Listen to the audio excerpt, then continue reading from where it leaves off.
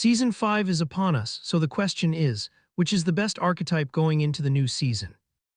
As I have stated in my earlier videos, selecting the best archetype depends on what you individually value as most important for your game. It's really not easy to find that perfect match.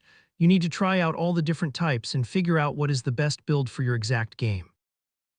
Season 5 brings new upgraded club levels and introduces Tiger's Eye, which is the last and highest level you can achieve with your clubs. Leveling up your clubs is quite expensive, especially when you reach the top tiers, so in order to save VC you need to find that one and only perfect match. If you have seen my earlier videos, Magician has been my top choice with Sculptor as a close contender. It has been really hard to choose which archetype of the two is the best for me, but going into Season 5 I have made my final decision. Let me show you the reasoning behind my choice. I started by listing all the attributes ranked in order of importance for me. For me, the most vital attributes are power, correction, and contact, followed by shaping, recovery, rhythm, transition, and swing path. The remaining putt categories are less important for me. Obviously, I want them to be as high as possible, but they're not a decisive factor for me. Let's start with power. I want max power on my driver and 3 wood. With Tiger's Eye evolved clubs, I get 12 plus 8 points for the first 2 fittings I assign. To reach a max of 99 on power, I need my clubs to start out at 79. By using only 2 fittings to reach max power means I have 3 remaining fittings that can be spent on other important categories. If you have watched my earlier videos, you will have noticed that I have preferred Magician. At that time, I didn't consider correction important at all. However, by playing other archetypes with higher correction, I have found out how much easier it is to hit perfects. I don't want to spend valuable fittings on correction as I want correction on all my clubs. This means I'm looking for an archetype that as a starting point is as close to 70 as possible. Contact is my third most important category. You may notice that swing path is the last on my list. That is because I find it much more difficult to hit perfects on contact compared to swing path. The reason is due to the fact that rhythm needs to be 3 times the speed when you hit contact as compared to swing path speed.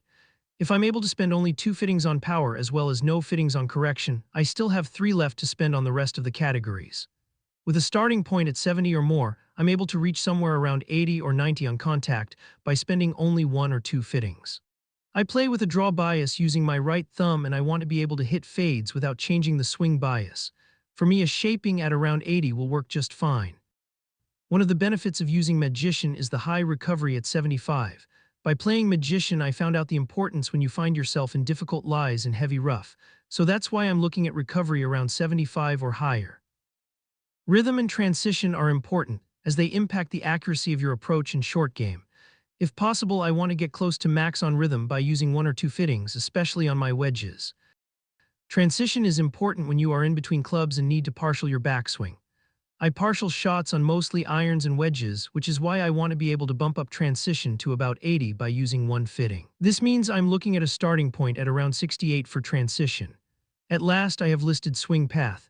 With higher correction, it is easier for me to hit swing path, so I am fine with a relatively low swing path in the 70s. With a swing path around 65 or higher, I'm able to do that with just 1 fitting. Now let's look at the different archetypes and compare them to what is important for my game. Let's start with Greenskeeper. Greenskeeper is the best archetype to choose if you struggle making putts. For me, it lacks power and far too many points are wasted on putt path and putt contact, which are the least important for me. Actually, for me, it falls short in almost every category. I do recognize that this archetype can be great for some if you are able to hit perfects with low swing path and contact. I am not one of these, so it's not for me. With Powerhouse, there's no issues getting to that max 99 on your driver and 3 wood.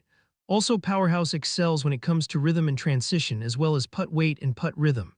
As for putt path and contact, the swing bias is straight up and down.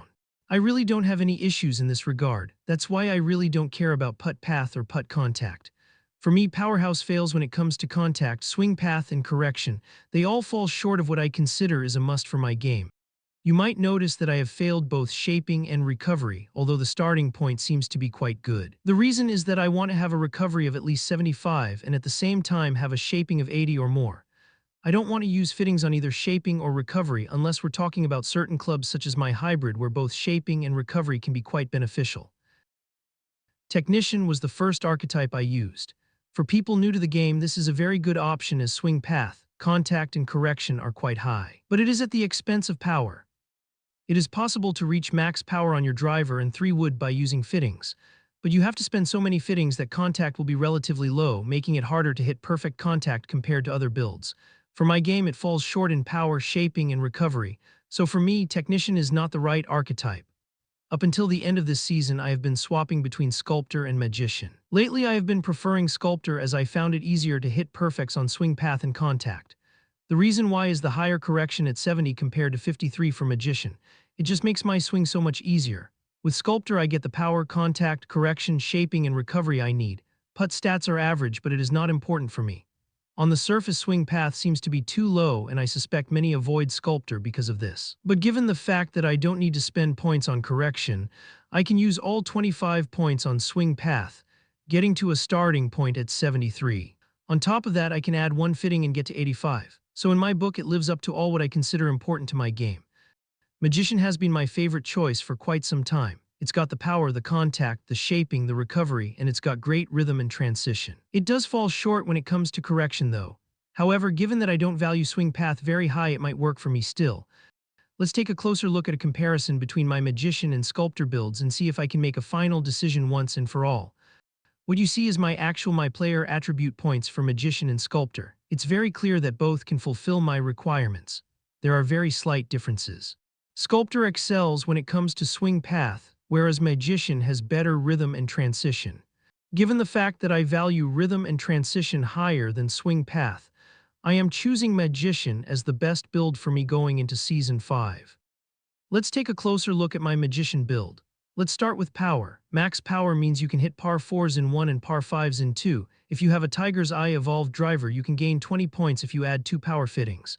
This means I only need to allocate 79 points to power to get me to max distance. The remaining points will be added to contact, getting to a decent number at 75.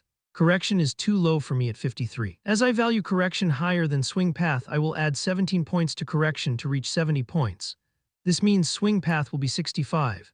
This is the biggest weakness of this build, but from my point of view, it's not a problem. I want to be able to hit fades with a draw bias. In order to be able to fade the ball without changing the swing bias, I need a high number in shaping. From experience and hours of play, I only need 80 to achieve that. Also, recovery is quite good at 75, so I add all available points to shaping. Rhythm and transition are important, as they especially impact the accuracy of your approach in short game. I do consider rhythm more important for my game, which is why I allocate most points to rhythm.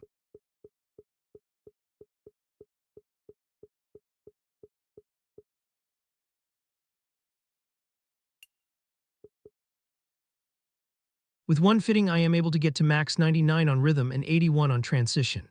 As for putt path and contact, the swing bias is straight up and down. I really don't have any issues in this regard. That's why I really don't care about putt path or putt contact and allocate all my points in this section to putt weight and putt rhythm.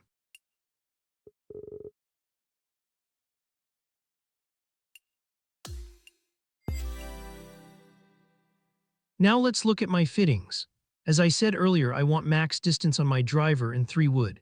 A Tiger's Eye evolved driver or 3 wood with 2 power fittings adds 20 points. Combined with the 79 points I allocated in my player attributes, I get to a max power. I have added 1 swing path fitting and 2 contact fittings reaching 77 and 95 for both my driver and 3 wood. I prefer a 3 hybrid as opposed to an iron, as it is easier to make it stop on difficult and tight greens compared to a 2 or 3 iron. Apart from spending 1 fitting on swing path and contact each, I focus on shaping, recovery, and transition. For the irons, I have added 1 fitting on swing path and 2 on contact. The remaining 2 fittings are spent on transition. Transition is important when you are in between clubs and need to partial your backswing. I partial shots on mostly irons and wedges, which is why I spend 2 fittings on transition, bumping it up to 89. For the wedges, I have added 1 fitting each on swing path, contact, and rhythm. By spending only 1 fitting on rhythm, I reach a max 99. Rhythm is very important when it comes to your short game and makes shots like chips in the spinner much easier to hit. The remaining 2 fittings are spent on transition. As for putts, I don't care about path and contact. I do consider putt weight as more important than putt rhythm, which is why I have added 3 fittings on putt weight and 1 on putt rhythm. Once you reach the Pro Tours on tgctours.com, where both vibration and shot feedback is off, you will notice how important putt weight is in order to compete. My ball fitting is usually flight for that extra added power or sometimes forgiveness on shorter courses. Let's wrap it up by looking at my skills shot tree. Let's start with my skill shots from the tee. There are no surprises here. Like most others, I have maxed out tee shot, choke, tee shot, and power drive. The stinger shot is fun and can be useful in very windy conditions, but in my opinion it is not worth spending those extra points on the expense of other shot types. As for approach skills, I have maxed out approach, choked approach, pitch, and spinner. The spinner shot is very useful when you approach the green from within 40 to 70 yards. The spinner is a very precise shot that will check up close to the pin. On shorter par 4s, I often prefer to lay up within 50 to 70 yards of the pin so I am able to hit a spinner shot. This almost always guarantees me an easy birdie. Off the deck is very rarely used, so I have decided not to spend points on this shot.